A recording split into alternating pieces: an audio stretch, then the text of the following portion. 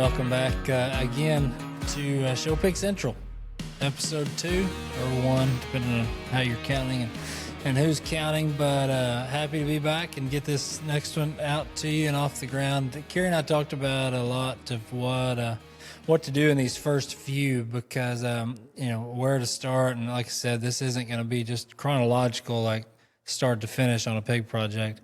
The way it'll all unfold, it'll be more sporadic than that as things come up. But trying to figure out where to start and just what people needed to hear and just still, like we talked about before, being at the current time and relevant for where we are.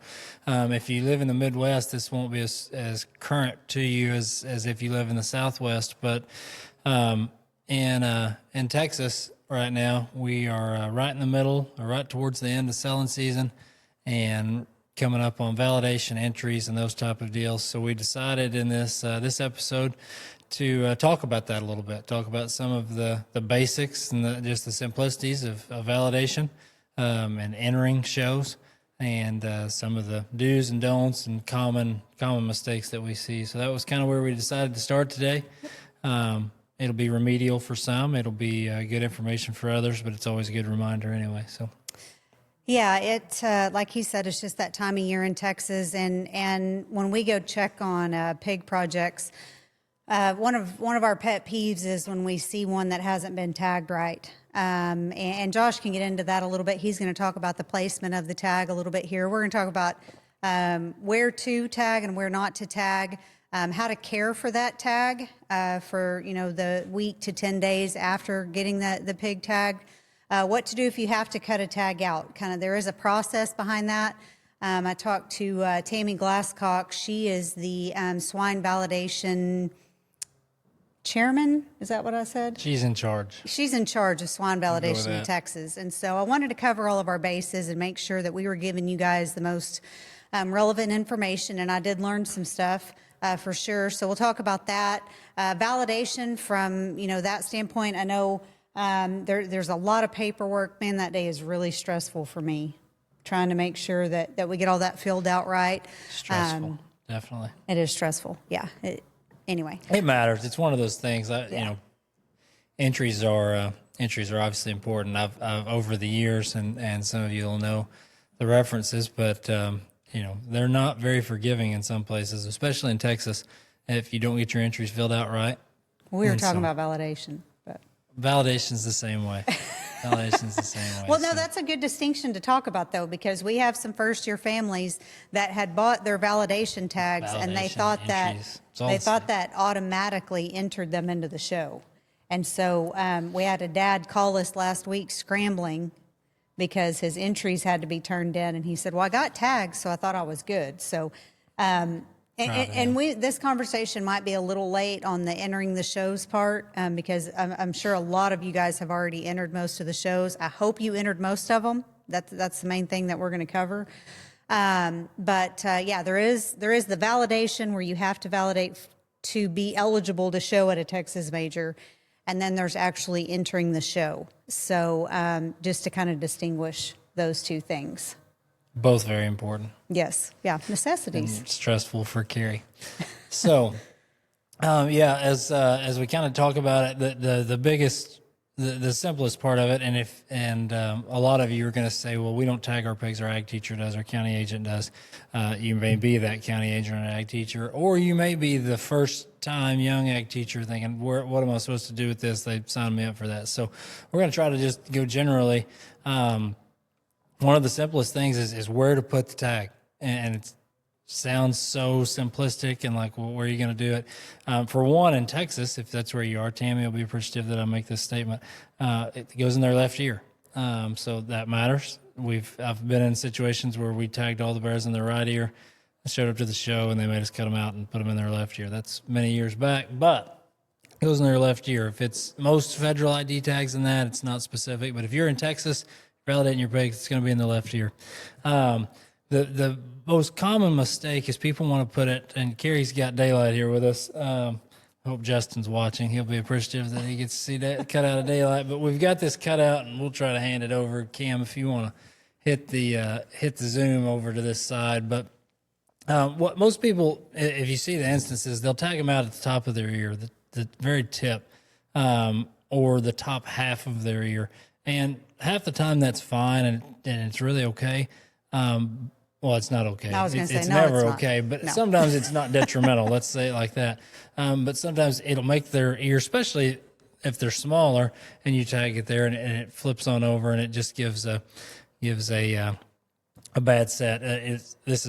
Has nothing to do with validation, but I'm very particular about certain things, and I'm the only person that docks tails on this pig farm. We do it when we wean, because it's that smallest simple thing of cutting a tail when they're 21 days old, that if it's too short or too long, it's very detrimental to them for the rest of their life. So the same thing with this tag. If we put it in the wrong spot, we puncture their ear where it swells up, or we get it out on the top of their ear where it's folded over, it matters, and it can be the difference in being successful and not. Or having a hamp with one down ear. Yeah. So, and so that matters. If there's some strategic placement to where you could put a tag in other instances too, where being out on the tip of the ear maybe is beneficial. If you've got a down-eared one that's ears are fine, and then you tag it at the back part of the ear where it weighs it back, and well, then you could have a classification problem. You'd rather probably put that tag out on the end of the ear, just to help you with that situation. So you don't want to put yourself backwards the other way. So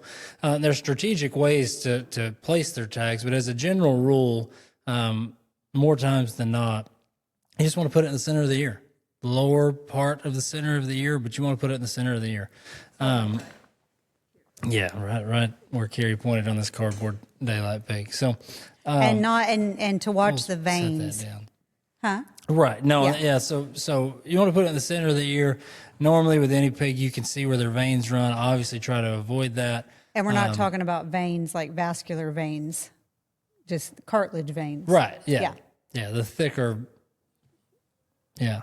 It'd be like, they'll feel like ridges. You'll feel that in there, and you want to make sure that you don't have the tag where it touches one of those, because it's going to be very uncomfortable for the pig and very Right. detrimental. Yeah. And so if you're that person doing the tagging, you probably know all these things. If you're in the situation where it seems like the person tagging's a volunteer, that nobody else is doing it, and they're taking time out of their day to help you, just kind of guide and be, don't be, you don't want to be rude or anything like that. But there's nothing wrong with just being sure it gets put in the right spot, the right ear, and that type of deal. So most county fairs and all that, you take them up, they tag them on the trailer.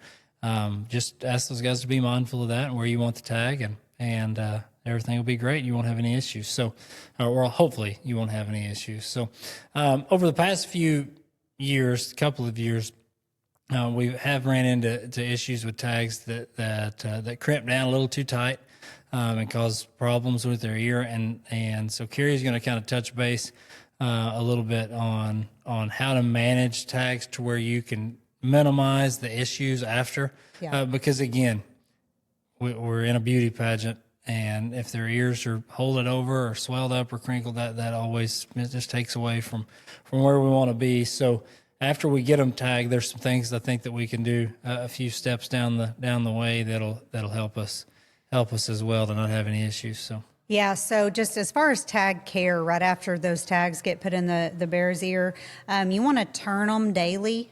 That's pretty important, like Josh said. I know not as much last year, but definitely the year before, there was a lot of tags that got infected and just had those ears start ballooning up. So you want to turn that tag, and then we like to get the spray hydrogen peroxide and use that on both sides. is there a difference in the spray and the?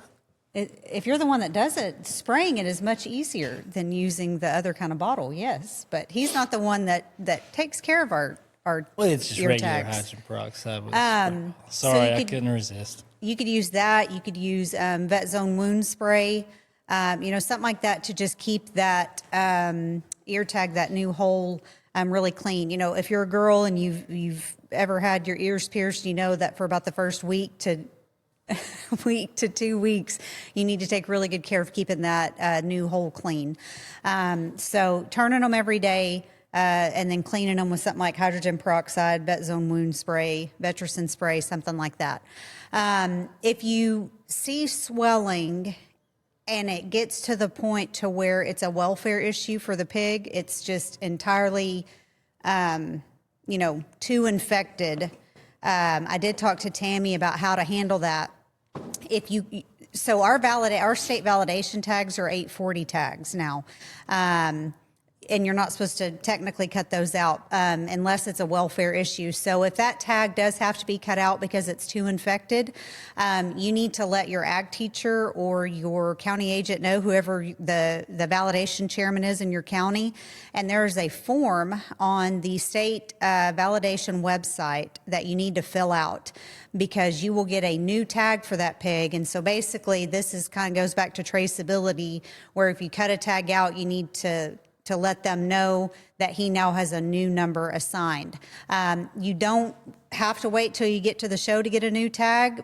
Actually, they don't want you to. They want you to go ahead and re-tag that Barra, unless your county's just out of tags, and then you would have to wait till the show. No, and I'll try on the edit there to get that. No promises. So if you're listening to this at this point and you want to see that form, I'll try to get that pulled up where it overlays to where you can see that website, that form, and what it looks like. Bear with me on the editing side, but maybe we can make that accomplished to take one small step for Showpig Central. Yeah, that was something I didn't know. I didn't know that there was a form that we needed to fill out. So Tammy let me know about that. If you happen to have a compliance visit to where the validation committee comes to be sure that your pigs are at your house, and there's a Barra there that does not have a tag, they have the right to pull hair. And so she wanted me to share that information as well.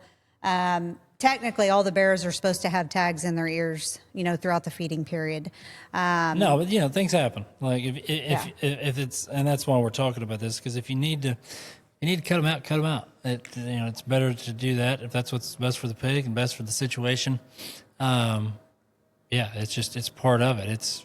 It's not, you'll run across people that think it's a mortal sin to do that and tell you better repent. But like this, it's just one of those things that needs to happen. Now, if you're cutting them out so you can try to tag them that's a different situation. But just like I said, don't fret it, don't sweat it. Do what needs to be done. Let the people know that need to know, and roll on down the road. And it's that simple, really, in my opinion. So, yeah. As far as validation goes, the other thing that Tammy really emphasized is when you go to put down your ear notches, be sure that you draw them on the picture that's provided on that form exactly like it shows up on the ear. For example, I know that Josh doesn't like the 27s to be real deep on our ear notches, so they're going to almost be more where the 9s are. And so you need to draw it that way if that's the case. It just kind of helps Tammy when she gets there and she's like, okay, well, I might call that a 9, but they're calling it a 27. But if it's drawn in the right place, that just helps them when they check notches at the end. Right. No, and I mean, and again, we'll get into the ear notching one of these days on that. But I'm very particular. I don't put things out on the edges of their ears, right, wrong, or indifferent. It's just the way I do things. I've been reprimanded for small ear notches before too. But yes, bring your binoculars when you come look at our. But that's our okay. pigs. I can read them for you, and I can tell you where to draw them on the validation sheet too if I need to. But yeah, that's another one of those things that just be sure, simplistic things that just getting the notches to match. There's and honestly, if you read something as a 9 and it's a 27 and you call your breeder and they say, no, you read that wrong, as long as it matches when they're little, what they are big, and you draw it in there right. Yeah. I mean, again, common sense discrepancy is okay. It's not ideal. Yeah. And thankfully Tammy is great to work with. Yeah. From that standpoint. I was going to tell you guys that Texas Pork Producers put out a validation guide last week on their Facebook page. If you're a new ag teacher, or county agent, or volunteer, and you just kind of need to freshen up on your ear notching reading skills. They put out a really good, helpful validation deal last week. So it talks about validation in general, and it goes over ear notching and reading those. So I thought that was a good resource. So No, I think, and so, the other thing this time of the year is entering stuff. And like Carrie said, by the time this drops out for the South, a lot of y'all have probably already entered, but there'll be another set of shows to enter soon enough. And the thing about entries, especially, and a lot of the stuff we'll talk about when it comes to this will be focused more on the South than the Midwest, but we'll show y'all plenty of love too. Just bear with us, give us a little time. But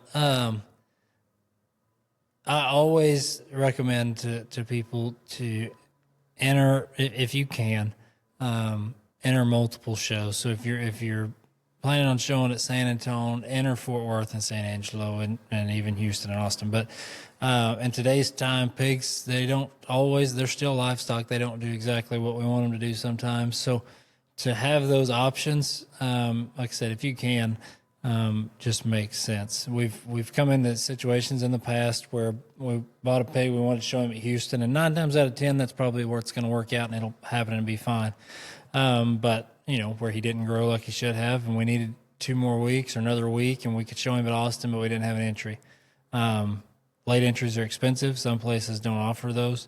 So having that option, even if you don't plan to do it, is something we'll always recommend if you're able, is to quite simply just enter all the shows. yeah, I think every show except Fort Worth, don't quote me because everybody needs to look through the rule book of everything, but I think Fort Worth is the only one that it doesn't allow you to late enter. But when we say they're expensive, it's anywhere from like $250 to $500 to late enter. So, and even if you talked about the Midwest, even if we lived in the Midwest and we had a set of bears on feed or pigs on feed for Denver, we would probably enter Perry too. Or in the fall and rolling over to Kansas City and that. I mean, there's always other options. Yeah. So, and again, if you don't want those options, that's up to you. But it's always a good practice just to give yourself some flexibility because you never know. Sometimes, not very often anymore, pigs grow quicker. We've had that happen to where pigs that we thought we would show at San Antonio, we showed at Denver, and this, that, and the other. So. Always give yourself the option. The only other thing that I thought about on this episode, Carrie, that we haven't talked about was back again. This will primarily just be to county agents and ag teachers, but I guess not, especially in the Midwest. Pulling hair for shows, and it always says on there 40 hair follicles or what have you. But another one of those things that matters today is hair, and I always try to pull those from right at the top of their chine or in between their eyes on their forehead, so you're not pulling it out of places that are harder to grow hair and get back. Like I don't pull it from their legs. I don't pull it from their side of their body, some of that. So that was the only other, we didn't really talk about that. Yeah, Tammy wanted me to talk about purebred gilt paper upload, and I told her I was definitely not the person. This is when we should have had one of those guests. Yeah. Already. No, we would have to have an ag teacher or someone to do that because I don't know anything about uploading purebred gilt papers. I just know they have to have them when we validate. So, I'm not much help with that. But yeah, we talked about in the first episode, we have 150 sows. 2 of those are pure. One of those 2 didn't get bred pure. So we don't have a lot of experience there. We'll have to get some of our wiser friends on that deal with that a little bit more often to weigh in on the strategy of the purebred category in all facets as we go forward. But I know one thing that kind of goes along with this, because I'll start getting asked about this, is Texas bred certificates. Some guys send those out this time of year. We are not one of those guys. We will get you a certificate at the show. These days, the only show that you have to have it to show at is at the Texas Elite Gilt Show, and you can get those at Kerrville at the show. So if you have a gilt from us and you're fretting because you don't have your Texas bred, don't worry about that. You can get it at the Texas bred table in Kerrville at Texas Elite, and that's 100% okay. Perfect. Anything else? Cam, can you think of anything we forgot? Wish we could get a wide English producer, Cam. She's doing great. We appreciate her that in helping. one of these days. So, yeah, no, I think that maybe covers the thoughts and the basics. Again, as always with every episode, if there's something that we didn't speak of, and again, this one is kind of more detailed in the next episode, and answer it there. So shoot us an email, showpigcentral@gmail.com. Ask us any questions. Like we said in every episode, like, subscribe, share the podcast with as many people as you'd like. If it's something you enjoy, and we would greatly appreciate you getting the word out there. So Prayer requests. And yeah, no, as always, like we talked about, you've got prayer requests, you've got anything from a spiritual standpoint that you'd like to discuss, holler at me. I'd love to talk about it. We're going to work some of that into here too as we continue on and get a little more prepared going down through the podcast. So with that being said, Yep. thanks again for tuning in. We will see y'all next time.